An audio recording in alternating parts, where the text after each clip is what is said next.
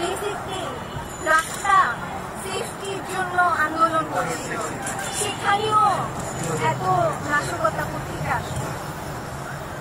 এখনো সবাই কিন্তু শান্তিপূর্ণ আন্দোলন করছিল, এরপরও যদি সবকিছু নাশকতা, সবকিছু বিএমপি, আমাদের দোষ, শিক্ষার্থীরা।